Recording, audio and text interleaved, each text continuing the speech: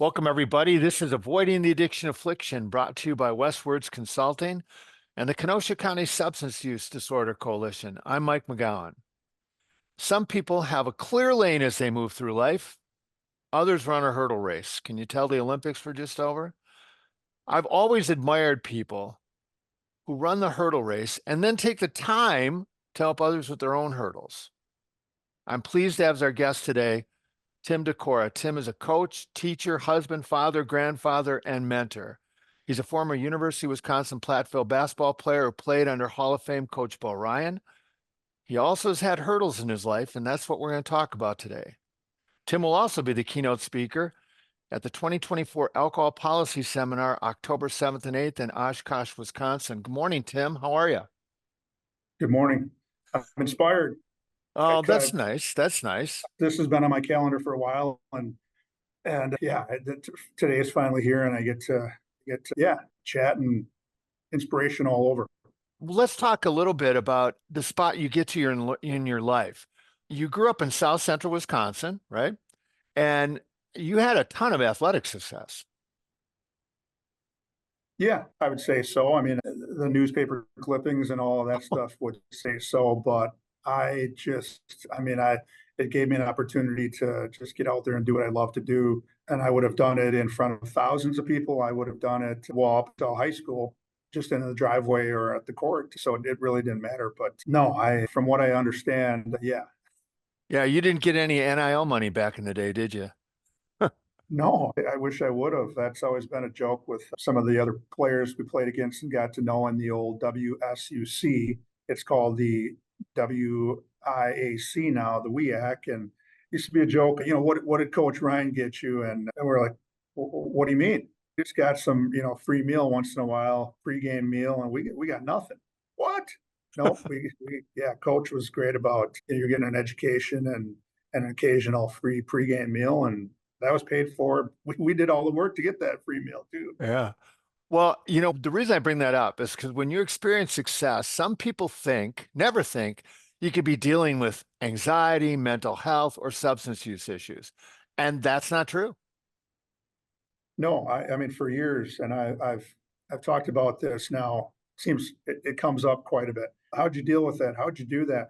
I just put a facade up or put a mask on that today I'm Tim, the high school student. Today I'm Tim, the basketball or football player.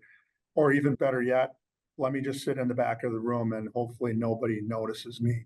And that's the way I pretty much approached life. I tried to stay out of the limelight, but being in athletics, that's kind of hard to do unless you're playing at the orphanage where it's just the rest of us orphanage kids and there's no parents in the crowd. But that wasn't the case in high school. One of the reasons I like doing this, you're not alone. I've had several people on the podcast.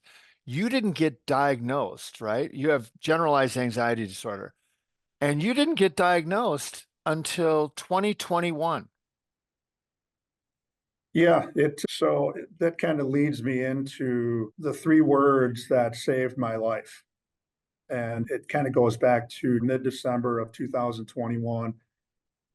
I said the three words that would ultimately, I think, save my life. And I had two coworkers that came to my house. Being a teacher, I'd missed a couple of days. I'd missed a bunch of days of school, and I was sitting in probably a chair like I'm sitting in right now, with my face in my hands, asking why is this happening to me? Why and how come? And all of a sudden, it was interrupted by a knock on the door and my doorbell ringing, and I quick crept over to the window and I looked out and I saw it was my two coworkers. And I immediately went back to the chair I was sitting in. And for the first time in about a week and a half, my prayers were answered. I was saying, please make them go away. Make them go away. I don't want to see them. And sure enough, I heard two car doors slam, two cars started, and they left. First time in a week and a half that my prayers had been answered. And then I don't know what it was, divine intervention. I picked up my phone and I hit the last call received, and it was one of my coworkers to find out if I was home. And I hit the send button, and it rang and I said, "Hello, I'm here." Those weren't the three words I said. The three words I said were, "I need help." Mm. And they turned their cars around, and I don't know if it was 5 or 10 minutes, but they came back. I opened the door, we hugged it out, and they were there for really only one reason. They cared about me and what was going on. They didn't say, if you don't get this thing straightened out, you're going to lose your job. You're going to, these are all things that are going to happen, and they would have been bad. But they said things that were good. We've got some phone numbers. We've got some people you can talk to, and you need to get some help. And from that point on, life has led me to really being on the Mike McGowan show podcast and doing some other podcasts and writing a book and doing keynote speaking throughout the Midwest. And all because I said three words: I need help. And it's changed it saved my life in the beginning. And then it's changed my life physically, mentally, emotionally, and really professionally. It's really taken off from here. Well, okay. From your teenage years to the age of 52, and that's when 2021, right? That's a long time, Tim. What did you think was like, what did you tell yourself was going on? I always thought that my racing heart, just feeling like I was amped up, ready to go, that served a purpose when I was in high school and when I was in college, and even when I was coaching in my early years of teaching and coaching. That served a purpose. I felt ready to go. I felt energized. But then once some of those things, I didn't need to use it in that particular sense of real life experiences. I wondered why I had those things, and I went in and I got looked over by my doctor and said, I think you have high blood pressure. Not, I think you do have high blood pressure. So I said, okay, my mom had that. I had it.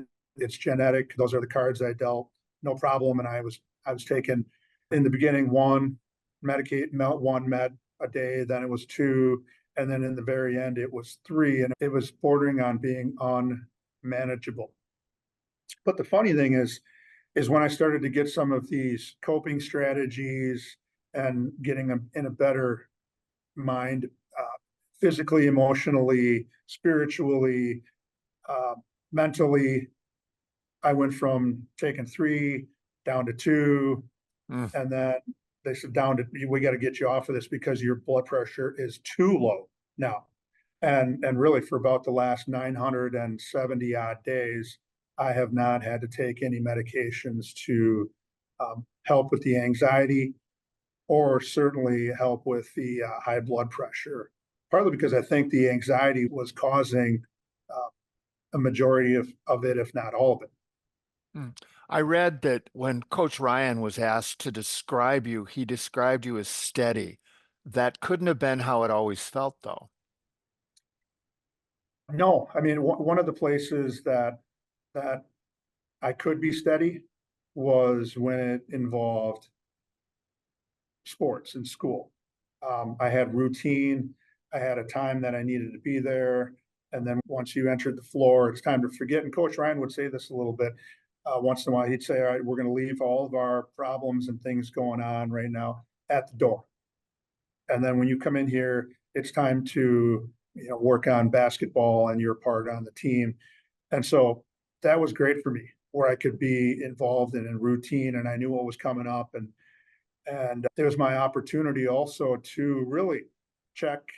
I could leave my anxiety, I could leave my insomnia, I could leave my high blood pressure and all of those things at the door. And now I was just Tim, the basketball player and a member of the team. And then unfortunately had to pick that stuff up as I would leave practice, and some of those feelings of unease, impatient, overwhelmed, uh, fear, panic would be there waiting for me, and I didn't know how to manage that. So being steady at practice was easy to do. Being steady in life was hard and at times unmanageable.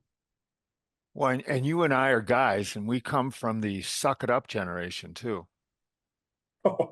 Yeah, tough it out, rub some dirt on it, We don't talk about that, toughen up. Oh yeah, I mean, I got a load of those that do not really no longer have much of a place in our world, in our society, which I will be ready for because I've had to evolve with all of the 32 years of teaching and coaching.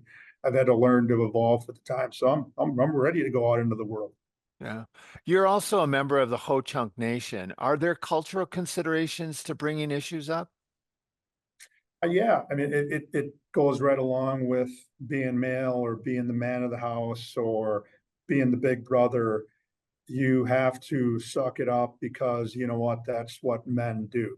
And I think that's comes from our long line of traditions of the men went out and hunted and gathered and the women stayed and did the women stuff. And when it was time to go and do battle, you wanted to be a warrior. You wanted to be the guy that went to battle and did all the stuff to protect your family, to feed your family. And you didn't have time for a mental illness, or you didn't have time to grieve or cry. And I had to suppress, probably just like a lot of men alive today in our age bracket that we had to suppress those things and keep them at bay. In that December, I think December 2020 thing at 21, I think it just busted. I couldn't suppress it anymore. And I'm glad it happened because I'm here today to talk about um, how I've been able to cope and the strategies that I use. Well, and when you talk about that, you storytell. And, as a teacher, you're probably a good storyteller, right? And that's also part of your cultural heritage. Yeah, I mean, I guess I didn't think about that until you just said that.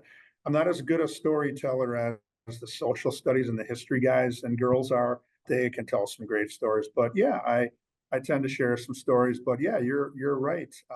Anytime there's some kind of um, ritualistic thing, a powwow, a funeral, a death, there's a lot of stories that get told.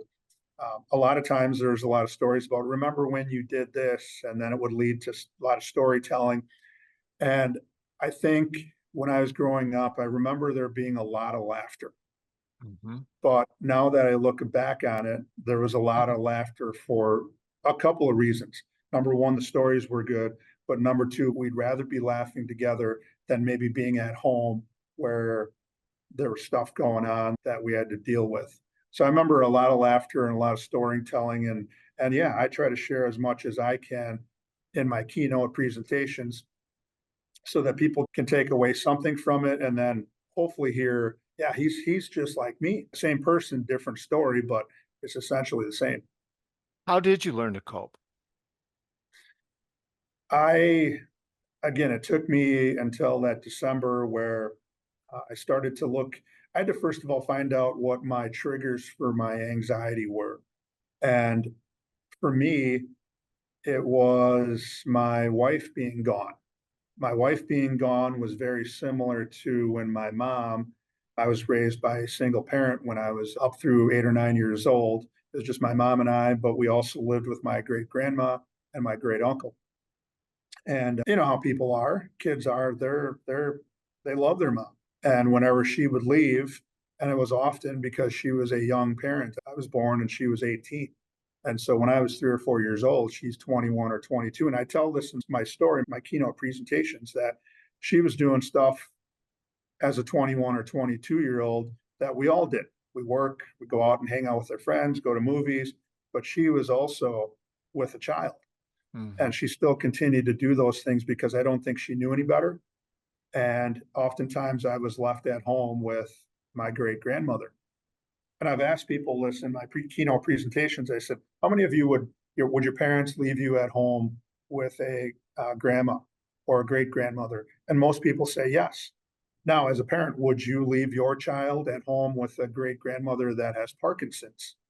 And nobody raises hand. I was left at home with my great grandmother who had Parkinson's. So that was tough to deal with. And then, of course, when my mom would leave, I would get anxious and wonder, when is she coming home? Why did she leave? How come she doesn't stay here? That all started coming up when my wife took a new job in the early 2000s where she would leave. And all of a sudden I'm turned into a 4 or 5 year old kid wondering when my wife is going to come home and where is she and why isn't she, is she okay?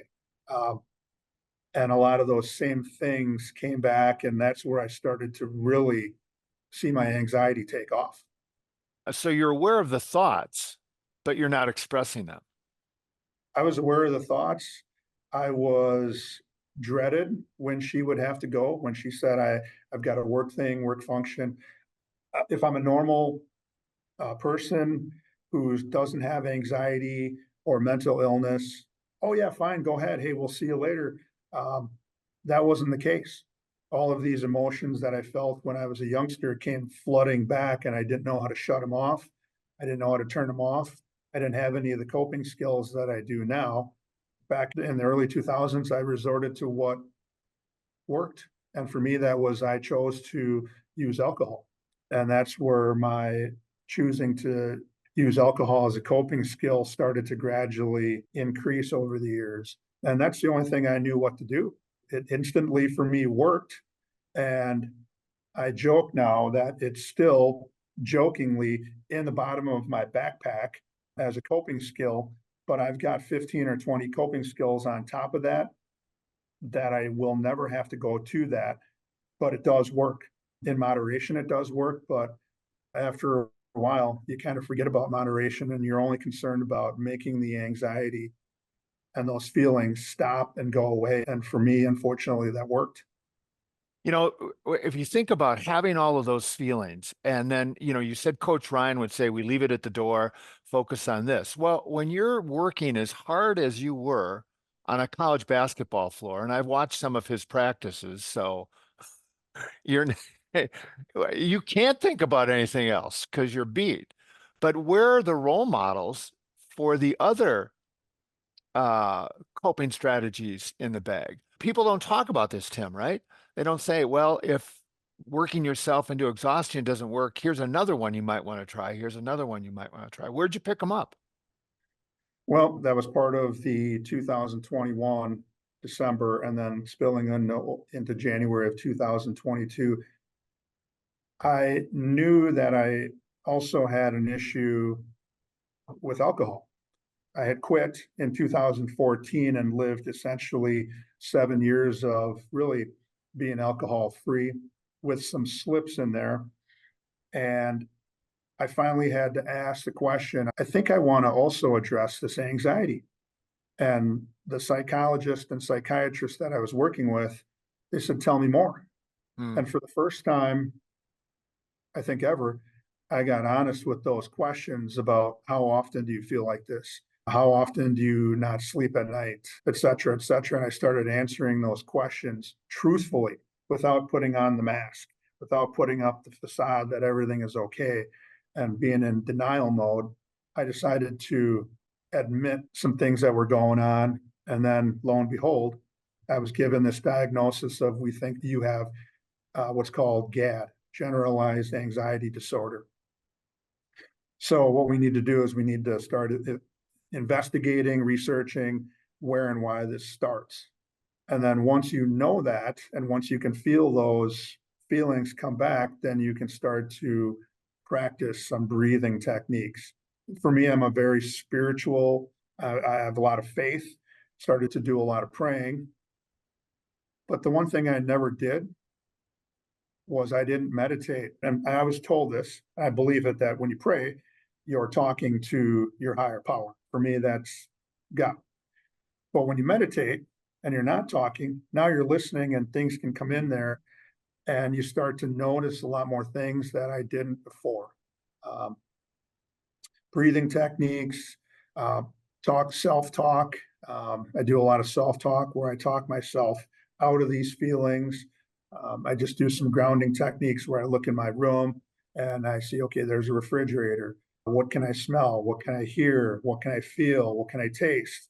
And some of those things kind of felt hokey when I heard them before, weren't, yeah, no, I'm not going to do that. But for me, they work. And probably the biggest thing that I've done in the last 970 odd days is I journal morning and night. And that's really been the biggest thing that I think has been the key to my success is knowing my goals for the day, knowing how I feel, and then also being grateful for the things I have, and then reporting on that at night. And did I accomplish those things? That has, I think, alone been the biggest item that has helped me um, just stay mentally, physically, emotionally strong. Helps your blood pressure too. Helps my blood pressure too. Exactly. Well, you're a coach, teacher, mentor, speaker, and soon to be author. So you have an opportunity to also influence others. You must enjoy that. I do. I'm telling you, every time I've spoken, it doesn't matter where, if it's at a high school, if it's at a college or university, small business. I've done a couple of nursing homes gigs, and it's amazing. I'll have anywhere to half a dozen to a dozen people will come up and talk to me afterward, and they tell me they're still experiencing this and they've never heard these things before, Yep. and I'm going to try them. I've had people reach out to me on Facebook and say, "Hey, I read your article and I want to just let you know that you've inspired me. I made a call to my doctor. I'm going to go and get help." And really, one of the saddest things I think that I've heard is that when I speak to high school kids and they come and tell me, "I take care of my little brother or sister now, just like you do. I'm the only one, I'm playing the role of the parent. I struggle to get to practice on time, and I wonder if I'm going to get picked up to go home." And when I hear stories of kids who are dealing with that stuff right now, I just I just tell them to stick it out, hang in, stay in the fight, and things will get better. But stay involved with your team, stay involved with others, because um, they have the coping skills, but really they have the care, coaches care, teachers care. Hang in there. It'll get better. But when they tell me that they're going through that stuff now, it's kind of heart wrenching, a little heartbreaking sometimes. Yeah, but what they just did is something that you and I didn't do. They bring it up. And so they're only about 3 decades ahead of the rest of us. 3 decades. I like that. I like your math. I like your math. So the other thing I talk about I usually end my keynote presentation with this, is really the biggest, uh, what deleted a lot of the anxiety for me was in March of 2022. My mom passed away in 1997 of probably anxiety, depression, PTSD, mental trauma, and alcohol complications with her alcoholism. What happened in March is that I decided to go to her gravesite, and I wanted to make amends for the last 10 years of my life. And I just said, "I want to apologize for not being the best son I could be in the last 10 years of your life, because that's when you probably needed me. I also want to forgive you for what I thought was being a bad parent." And I just said, "I'm alive today because of what you did do. So Mm. you were a good parent. And I want to forgive you for what I thought was being a bad parent." And I had a spiritual experience that day. I try to quantify it, and I say 40% of my anxiety and whatever else left my head, poured out onto the ground. Trees didn't move, lightning didn't strike, but something happened that day. It was a spiritual experience that I get tingles now when I talk about it. But now when I have a anxiety inducing moment, it has somewhere to go in my brain. It has somewhere to go, and I can deal with it, and it has somewhere to go. Before, it didn't have anywhere to go, and it would go in, and then boom, chaos would create. I'd be in anxiety panic mode. Now I can process that, and there's some place for it to go. So I recommend at the end of my presentations, hey, if you have an opportunity to make amends with a friend, a colleague, a sibling, a parent, and they're still alive, do it. It'll be great for you, and it may also be great for them. And it will do you some good. It can't hurt. And I've had a few people respond that they did that, and it helped them tremendously, but I think that's hard to do. It Um, is. it was hard to do when my mom was alive. And Yeah. I often think that if I would have did it, maybe she would still be alive today. But the bottom line is I felt better after it, and I've tried to quantify it. My number says 40% of my anxiety left me, and now there's some place for anything else to come back in. Tim, you just answered my last four questions about the impact that you have. You must see even the people that don't come up and talk to you.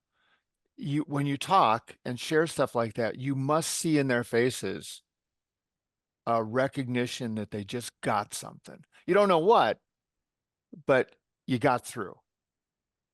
Yeah, I've taken the time now. When I first started, I was a little jittery and a little nervous.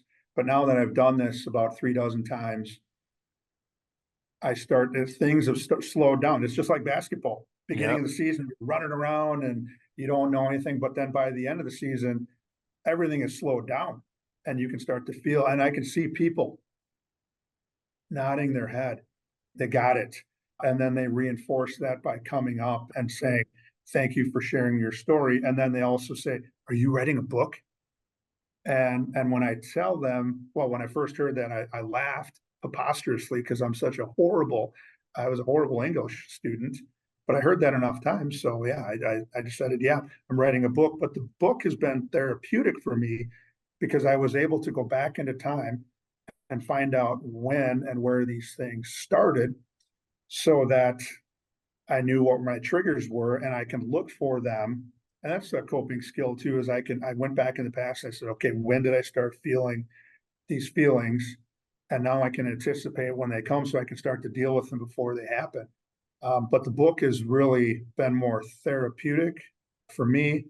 And then whenever it's done and whatever it comes out, I hope it's entertaining and also therapeutic for people who read it.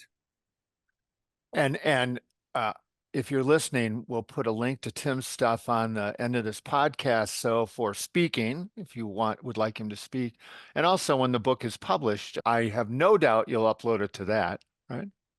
Oh yeah, well, hopefully it'll be on Amazon. Hopefully it'll be on all of those different places, and hopefully I'm doing some signing of the books, and Mike McGowan will get a free signed book. And of course, I know about the promotional marketing thing. I got the Survive and Thrive back there. I got my website address, so I wanted to make sure I took care of that. But yes, I would love to come in and speak and share my story. I think is the most that's what grasps and pulls people in because a lot of them can now relate. And really, somebody said, what's the biggest thing that you get out of these things?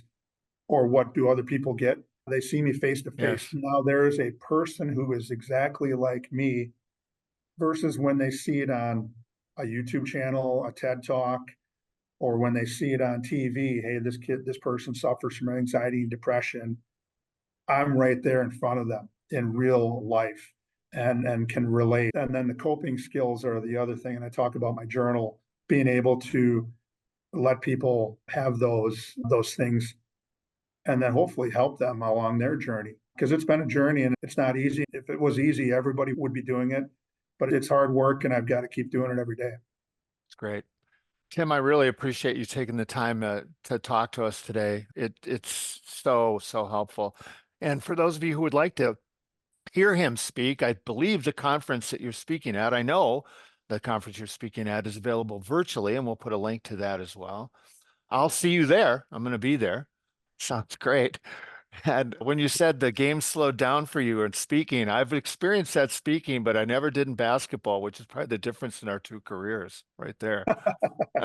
Well, yeah, college was a little bit faster, but high school, yeah, it really slowed down. And I think that's the other thing is slow down in life. It's that quote from a great philosopher, Ferris Bueller. Um, he says, if you don't slow down, you're going to miss a lot of stuff. And I'm misquoting him, but he said something to that effect that if you don't slow down, you're going to miss something. And so yeah, it, addressing my anxiety has slowed down life, and I can really appreciate the sun in my face, the smell of flowers. I was more wrapped up in how I felt, but now I can experience those things. That's great. Well, maybe you and I can stand up and get the entire conference to sing Twist and Shout and do a little Ferris Bueller walk off. Yeah. For those of you who are listening, you know you're welcome to listen anytime you're able to. Until we talk to you again, stay safe and wherever you can, like Tim, make a difference.